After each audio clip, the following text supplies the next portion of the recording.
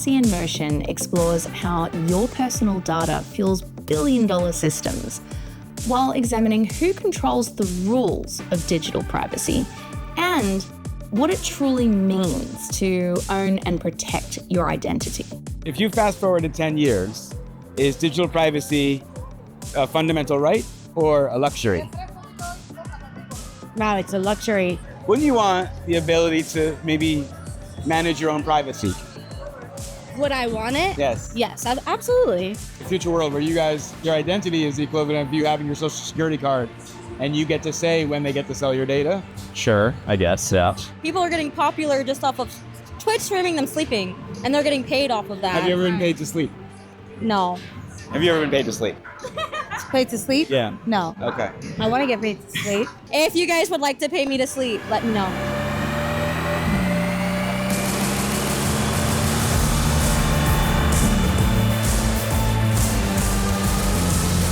So first, Matt, my question for you is, you work for Solana, I believe highest transaction volume of any of the major blockchains right now. How are you guys balancing out the idea of privacy on a chain that really is focused on high transaction volume, most users? So I think in some sense, they're kind of the same thing. Like if you make the base layer as efficient as possible, then you allow for more and more complex things to happen. We just view it as making as much capacity and as flexible as possible of the base layer. And today you see that as just a lot of transactions and the chain improving week over week, month over month. Tomorrow, more complex, even just privacy features and other things come out of that, just because it's cheap and still very functional to do that while interacting with a bunch of other primitives. What is the way we get people to value privacy as an asset versus look at it as a detriment to their easy life?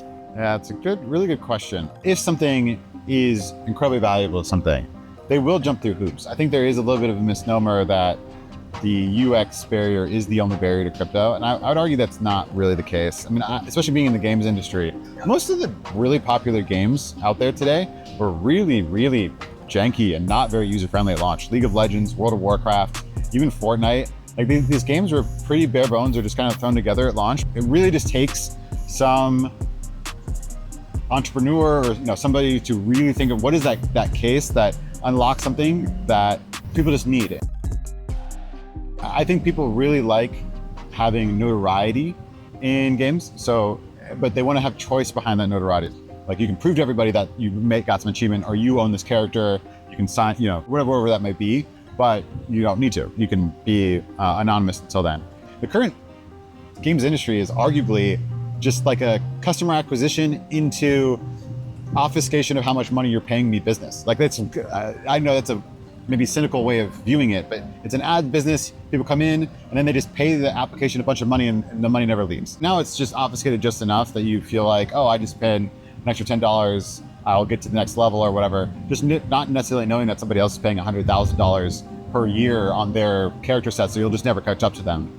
And that would be very deflating for much of the player base if the business had to expose all of their, all of that activity. So if you did see how much money the Roblox, the Fortnites are making and exactly how, I think individual users would be have a lot more scrutiny on those. And so putting it just very transparently on chain can be bad too. So I think both basically user and business protection I think would benefit a lot from some privacy features. So you bring a great point, which is we often talk about privacy through the lens of what are users exposing? Yeah. You're mentioning something I think is fascinating, which is the idea of what is business hiding? Generally speaking, people overestimate what's going to happen in 1 year, but very, very much underestimate what's going to happen in 10 years. Email started off as, just kind of this way to just send basic messages and then maybe some cat pics and stuff. But now you sign DocuSign billion-dollar deals. The level of which that type of thing is just absolutely taken over so quickly, but it didn't really happen in a year. I think that's the same position we are right now. It is pretty clear to most people that the current financial infrastructure and payments layer is ready to be disrupted. If scalability without sovereignty leads us back to surveillance, what kind of future are we really building? As we dive deeper, we move from protocol to people, exploring how privacy must be taught, understood, and demanded by everyone, not just engineers.